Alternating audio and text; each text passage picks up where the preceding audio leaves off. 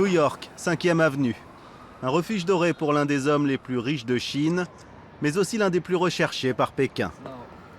Go Wengi vit dans ce luxueux appartement dans le quartier le plus cher des États-Unis. Regardez ça, le parc, c'est beau, hein? J'adore Central Park.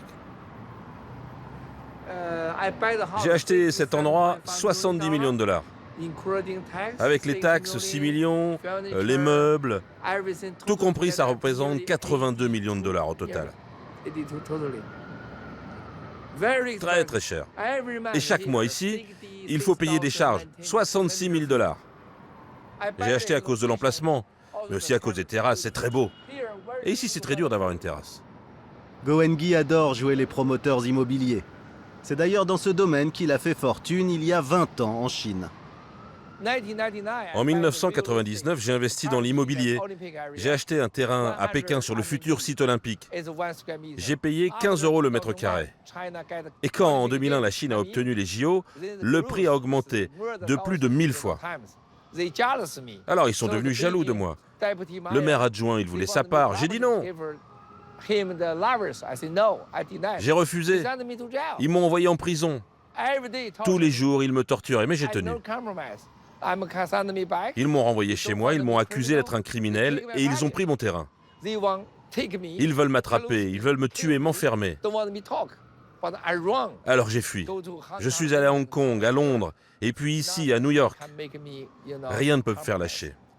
Il ne faut jamais abandonner. C'est ma philosophie. C'est juste le début. Go Wengi, le milliardaire flamboyant en exil, se rêve désormais en Go Wengi, le lanceur d'alerte. Il n'a plus qu'un seul but. Ici, c'est ma salle de sport. Faire tomber le Parti communiste chinois. Tous les jours, je passe 2 heures ici. Monsieur Go vit avec sa femme et sa fille. Ses 2 frères ont été tués en Chine. Pour le ramener à Pékin, le régime chinois a lancé contre lui un mandat d'arrêt international pour corruption via Interpol, dont le patron chinois était un vice-ministre de la sécurité d'État à Pékin. La ficelle est un peu trop grosse, les États-Unis refusent de l'extrader. Et là, ce sont des photos du Dalai Lama.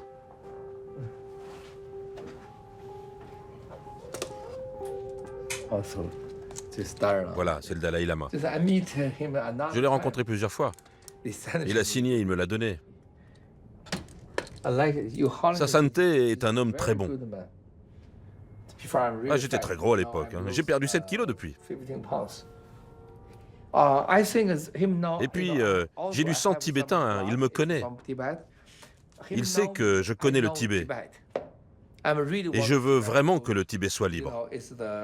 Et vous savez, je crois que la Chine a vraiment besoin d'une religion.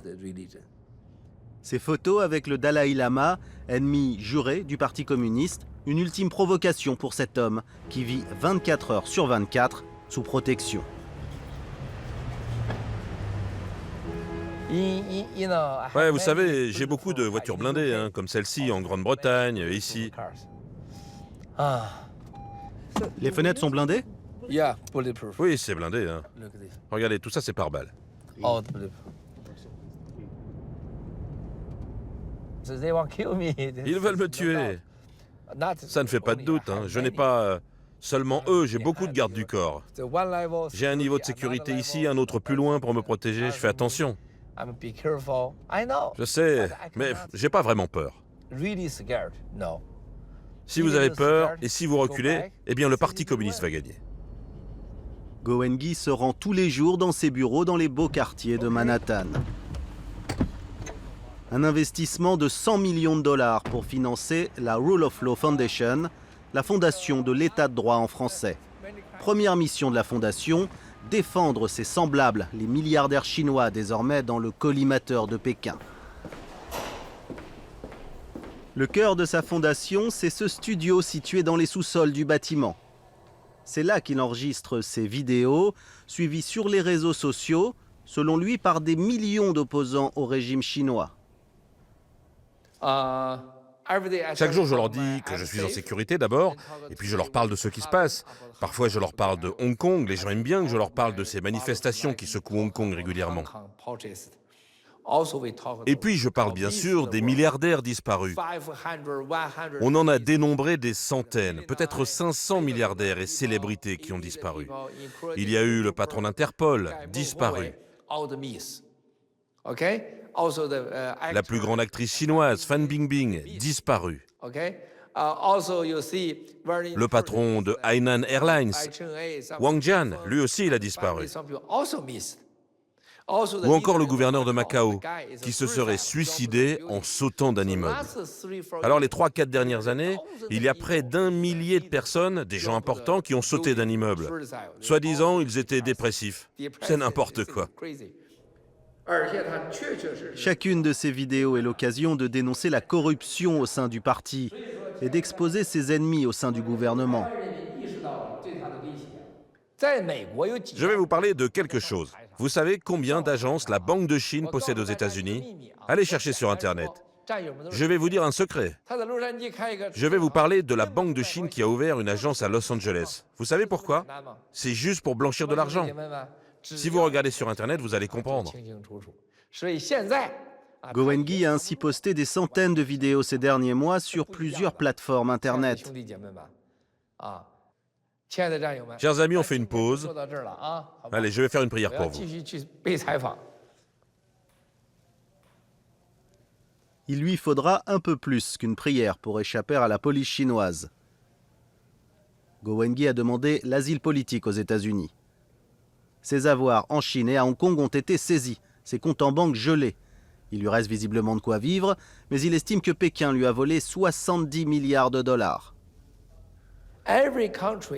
Chaque pays, où tout appartient à l'État, où la puissance du pays est dans les mains de quelques personnes, il va au désastre. La Chine est dans cette situation. Dans chaque pays où le pouvoir est détenu par quelques personnes, quelques familles, quand ils saisissent les biens des sociétés privées, ils vous prennent votre argent, ils vous kidnappent, ils vous volent, et c'est fou. Alors, c'est une nouvelle révolution culturelle en Chine. Je l'appelle la révolution économique. Depuis 2013 et l'arrivée au pouvoir du président Xi Jinping, plus d'1,5 million de personnes ont été arrêtées pour corruption. Leur condamnation par une justice aux ordres est systématique. Parmi eux, des centaines de patrons de grandes entreprises qui souvent refusaient une allégeance totale au parti. Vous avez de l'argent? Alors vous êtes un criminel. Ça ne fait pas de doute. C'est trop facile pour eux de tuer les gens, trop facile pour eux de les faire disparaître, de leur faire peur, trop facile pour leur prendre leur argent. C'est le cas de Wang Jian. Le 3 juillet 2018, le patron de HNA, l'un des plus gros conglomérats de Chine, est en vacances à Beaunieu, un petit village du Luberon dans le sud de la France. À 57 ans, on a beau être milliardaire, on aime encore se prendre en photo. Selon la version officielle, Wang Jian monte sur ce muret qui entoure l'église du village pour faire un selfie avec son téléphone portable. Une photo qui lui sera fatale. Olivier Roche était présent ce jour-là, quelques instants seulement après la chute. D'après l'enquête, d'après ce qui a été déterminé, il est monté pour une raison inconnue, probablement faire des photos, enfin voilà, un truc touristique. Et il est monté, et magnifique paysage, et il a été déséquilibré. Et il est venu s'écraser 15 mètres plus bas. Et c'est bien triste. Une thèse qui ne convainc pas Go Wengi. Le milliardaire de New York décide de reprendre l'enquête, persuadé qu'il s'agit d'un meurtre. Nous avons envoyé une équipe là-bas, 5 fois. J'ai payé des millions en cash pour l'enquête, pour aller chercher des preuves. J'ai cherché des gens, la police, les gens importants qui étaient là, le jardinier. C'est impossible qu'il ait pris un selfie et qu'il soit mort. Ils ont quitté l'hôtel à 10h37. De l'hôtel à l'église, ça prend 5 minutes. Ils ont utilisé 2 voitures pour aller là-bas. Et puis ils sont montés, ça prend 10 minutes pour aller en haut. Et il est mort en 10 minutes. Ce n'est pas la vérité. Il avait 3 gardes du corps qui l'ont accompagné à l'église. Et c'est eux qui l'ont fait tomber. Les gardes du corps sont bien sûr repartis en Chine. Il n'y a ni témoin, ni indice. Sans éléments, la justice française conclut à un accident et le dossier est classé. Le lieu, c'est sûr, quand on le voit, il est évidemment dangereux. C'est-à-dire que n'importe qui se penche, le mur est à 1,20 m, là, 1,30 m, n'importe qui se penche et voit bien qu'il y a du vide. Donc aller se percher pour faire une photo, bon, c'est la thèse qui a été retenue, puis voilà. Autre affaire surprenante. En janvier 2015, la gestion de l'aéroport Toulouse-Blagnac passe aux mains d'un groupe chinois dirigé par cet homme, Mike Poon. Il promet d'y investir pour développer l'activité. Mais coup de théâtre, 4 mois à peine après ce rachat, il disparaît. Le régime chinois le rappelle à Pékin et lance contre lui des accusations de corruption, comme avec tous les autres. Le syndicaliste Stéphane Borras s'est toujours opposé à cette privatisation. Pendant 1 mois et demi, il n'a aucune nouvelle du nouveau propriétaire. Ça n'a pas posé de problème, semble-t-il, aux autorités françaises. Il est parti, revenu. Alors, bon, nous, on a sorti les affiches, on s'est un peu marré sur le sujet. Mais en fait, c'est très triste, parce que ça veut dire qu'on a un actionnaire, dont le PDG, a un bureau à Paris, 6 rue de la Madeleine, où il n'y a personne. Et en fait, ce sont des sociétés écrans. Et dans ces sociétés écrans-là, il y a dû avoir de la corruption selon le gouvernement chinois, j'imagine. Et donc, il a été embastillé, et puis on ne sait pas pourquoi. Et il est sorti, on ne sait pas pourquoi non plus.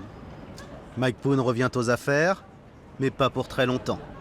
4 ans après le rachat, il veut revendre ses parts pour encaisser au passage une plus-value estimée à 200 millions d'euros. Ce qu'on a compris, mais on l'avait compris depuis le début, c'est que c'est un fonds d'investissement qui est une espèce de fonds d'investissement rapace, qui vient acheter une infrastructure florissante et qui va essayer de partir le plus vite possible avec le plus d'argent. Mais alors, qui sont ces milliardaires chinois qui disparaissent? Il y en a un qui a accepté de nous parler. Il s'appelle Ru Kexin. En 2014, il a acheté plus de 3000 hectares de terre dans l'Indre et dans l'Allier. Et ce n'est qu'un début. Alors pour séduire la France, il accepte une caméra française dans son quotidien. C'est dans son ranch, dans la banlieue de Pékin, qu'il nous reçoit. Je vais faire un tour avec celui-là. À 58 ans, l'homme d'affaires veut nous démontrer qu'il est proche de la terre. Un milliardaire modeste en somme, bien loin de ces patrons corrompus qui disparaissent. Et pourtant, nous ne sommes pas au bout de nos surprises.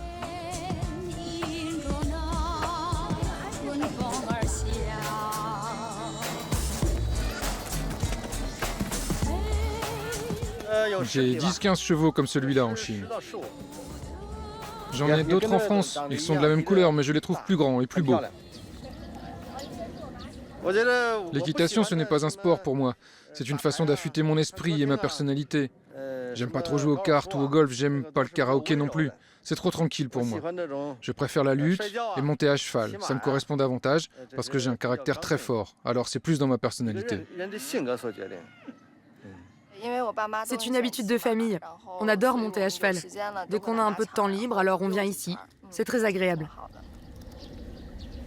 Sa passion pour les chevaux et sa fortune, il les partage avec Jinzhou, sa fille. Elle détient 20% des parts de l'entreprise familiale. À 26 ans, elle se prépare déjà à remplacer papa. Il est grand celui-là, j'aime bien le monter. Allez, on y va.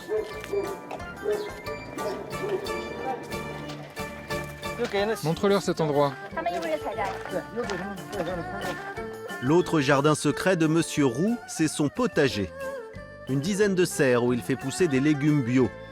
Une belle vitrine pour afficher ses ambitions dans l'agroalimentaire. Les Chinois sont très inquiets de ce qu'ils mettent dans leurs assiettes depuis une série de scandales. Celle-là, elle est grosse. Elle est grosse, elle. Et celle-là, elle est encore plus grosse. Attends, je fais. Je le tiens. Là-bas, il y en a une toute ronde. Vous me filmez là? Tu manges ça comme ça? Une aubergine, ça va.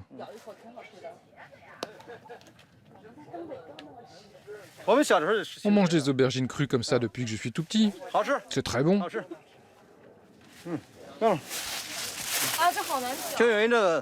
Oui, c'est vrai qu'il y a beaucoup de problèmes de sécurité alimentaire en Chine. C'est pour ça que j'ai fait construire cette ferme bio. Comme ça, on peut manger des légumes sans produits chimiques, c'est bon pour nous, et ça fait aussi la promotion de la nourriture bio en Chine.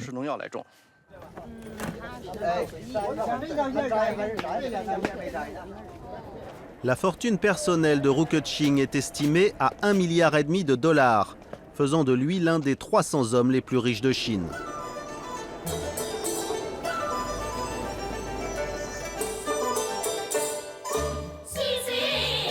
Ru Keqing fait partie de cette première génération d'entrepreneurs qui se sont lancés dans les affaires à la fin des années 80. Parti de rien, il a quitté sa campagne natale pour faire fortune. Ses premiers pas, il les fait dans les détergents, dont il est aujourd'hui l'un des plus gros fabricants. Et puis le groupe se diversifie. Tourisme, cosmétiques, lait en poudre. Et des achats de terre en Mongolie intérieure où il possède 30 000 vaches laitières. Et en France, avec 3 000 hectares de terres céréalières. Son groupe pèse 3 milliards d'euros et emploie plus de 4 000 personnes.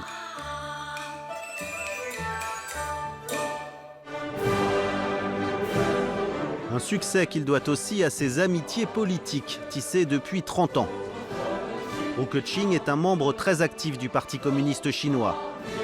Il a longtemps siégé comme délégué au sein de la Commission consultative du peuple. Une instance politique très influente qui compte 3000 membres triés sur le volet. Une instance grâce à laquelle il a pu nouer des relations indispensables pour faire des affaires et avoir le droit d'investir à l'étranger. Il est même régulièrement invité dans les journaux de la télévision d'État pour vanter les mérites de l'économie socialiste.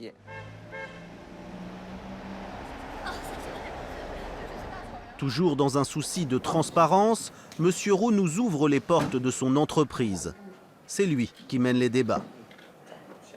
Alors, il manque du monde pour la réunion? Tout le monde doit être là. Le département qui s'occupe de la France doit mettre l'accent sur la livraison des produits. Je veux que ça aille aussi vite qu'avec l'usine aux États-Unis. Je veux que vous développiez ici un réseau de vente qui soit beaucoup plus efficace. La France est au cœur des nouvelles ambitions de Ru Keqing. Il veut ouvrir 1500 boulangeries à la française dans toute la Chine. Il a donc besoin du blé français.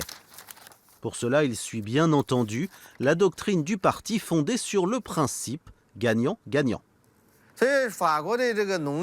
L'agriculture française a besoin de s'ouvrir aux marchés internationaux.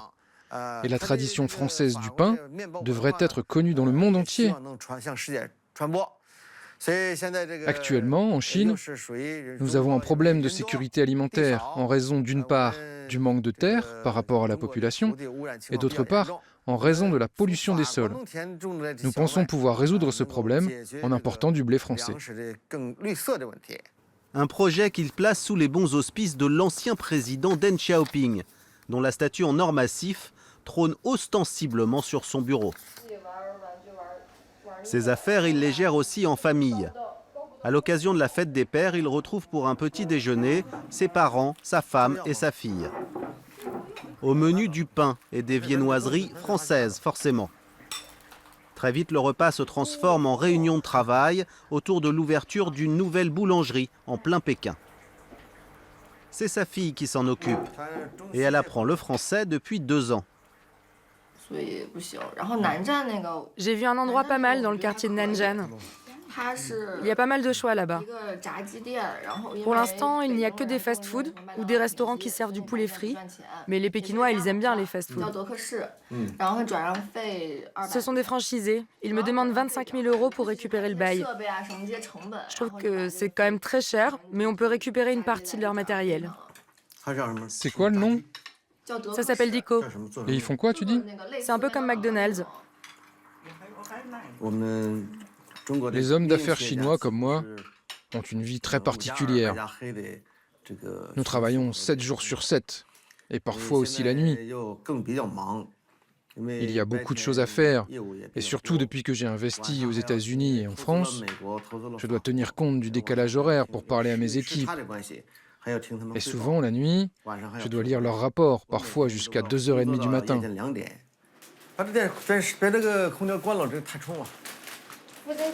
Bonne fête, papa! J'ai aussi un cadeau pour toi.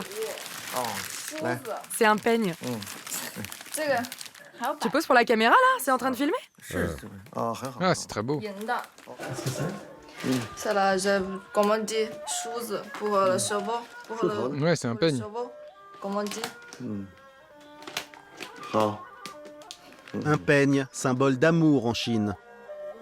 Jingzhu voue une admiration sans borne à son père, dont la fortune ne s'est pas faite en un jour. Ces photos ont été prises il y a longtemps. À l'époque, mes parents venaient juste de se marier.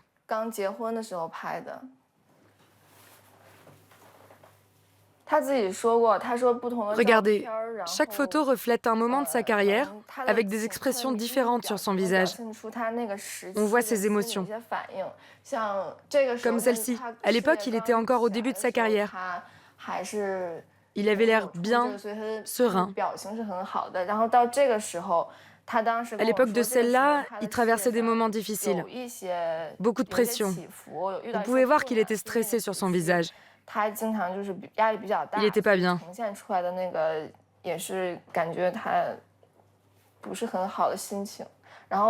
Ces photos-là sont plus récentes. On le voit plus en confiance.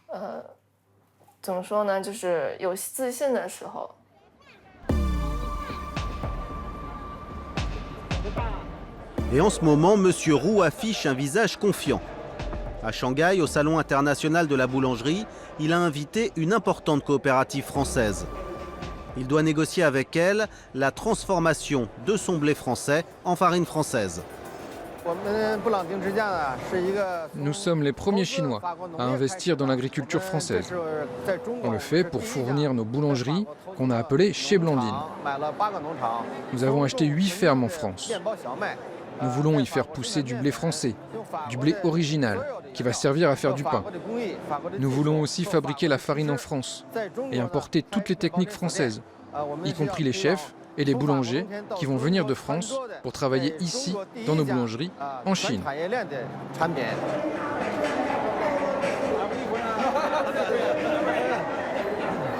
Nous travaillons sur un partenariat pour la fabrication de farine en France à partir de blé français. Et cette farine est ensuite vendue dans une société chinoise qui appartient à M. Roux. Oui.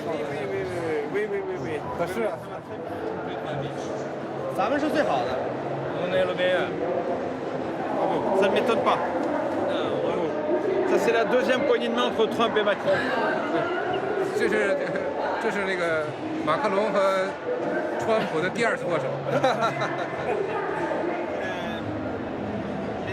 Pour ce projet, le milliardaire a bénéficié du soutien du gouvernement chinois. Il aurait investi plus de 200 millions d'euros pour ses acquisitions à l'étranger et emprunté l'équivalent d'1 milliard d'euros aux banques d'État. C'est la dernière image que nous avons filmée de M. Roux. Alors qu'il devait nous faire visiter ses terres agricoles à travers le monde, son assistante s'excuse. M. Roux n'est plus disponible. Plus du tout disponible. Bonjour, j'ai vérifié avec Monsieur Roux, mais malheureusement nous sommes désolés de vous annoncer qu'il ne pourra pas se rendre en France comme prévu. Je suis vraiment désolée, mais nous avons eu un changement de planning de dernière minute. La situation a changé. Nous voulions vraiment faire ce voyage en France avec vous, mais ce n'est plus possible. On ne peut pas contrôler la situation actuelle. Je vous remercie de votre compréhension. Selon la presse britannique, son groupe est au bord de la faillite et il ne pourrait plus voyager à l'étranger. Les banques chinoises lui demanderaient de rembourser, signe que le régime l'a sans doute lâché. Dans les médias chinois, aucune information. À ce jour, nous n'avons plus aucune nouvelle de M. Roux.